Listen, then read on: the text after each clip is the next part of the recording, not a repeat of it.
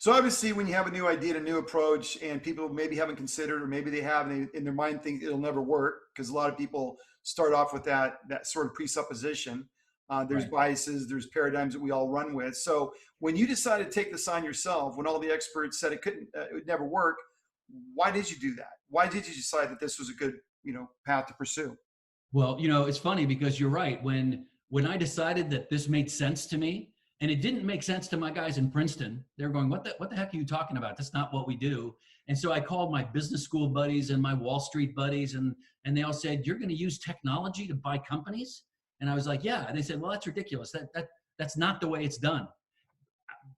But being stubborn, I guess, it made too much sense to me, having seen the investment banking side of the house, the technology commercialization side of the house, the corporate side of the house, and putting these three things together.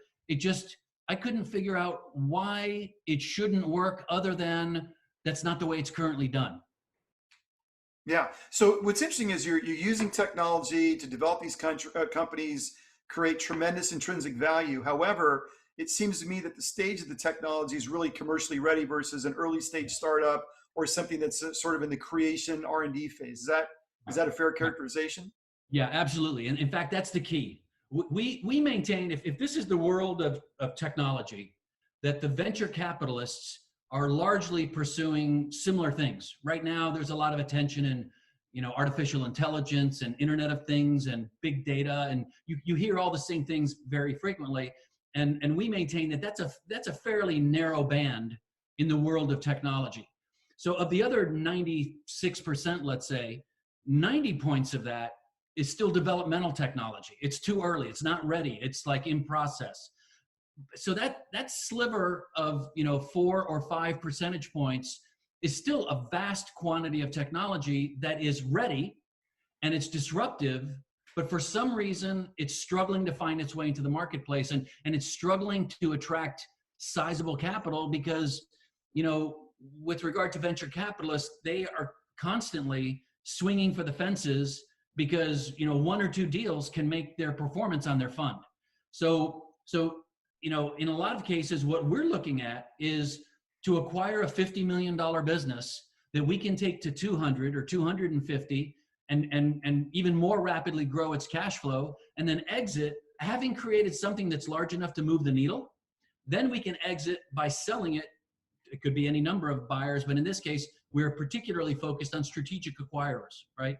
So, yeah, there was a lot of pushback originally, and the strategy here is that there is such a large quantity of technology that is ready but struggling. We refer to it in some cases as maybe it's even been abandoned. The entrepreneur, the technologist, has done everything right. He did everything he was told. He tried to license it. He tried to sell it. He tried to raise money, and was unsuccessful. Not because the technology wasn't compelling, but because it was deemed not big enough to be the next unicorn, right? And there's so much technology that fits that profile of ready but struggling, and that's our space. That's what we're looking for.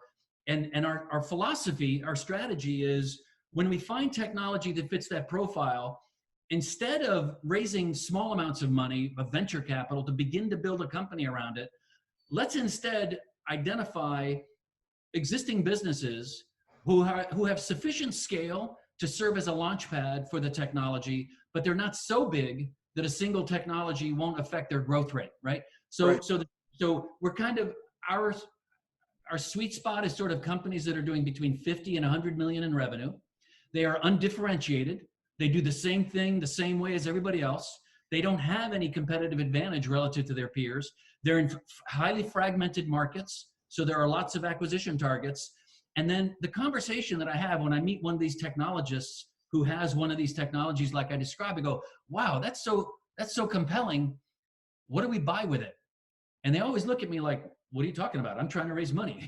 I don't have anything to buy anything with." And I have to sort of turn them around and get them to understand that we view that technological asset as a form of capital that can be invested and serve as the silver bullet, like Bain Capital used to call it. We Mhm. refer to it as the needle in the haystack, right? So our mentality is, let's find the needle in the haystack, the technology that fits our description, and then identify the industry and vertical and acquisition targets that might benefit from the infusion of this technology.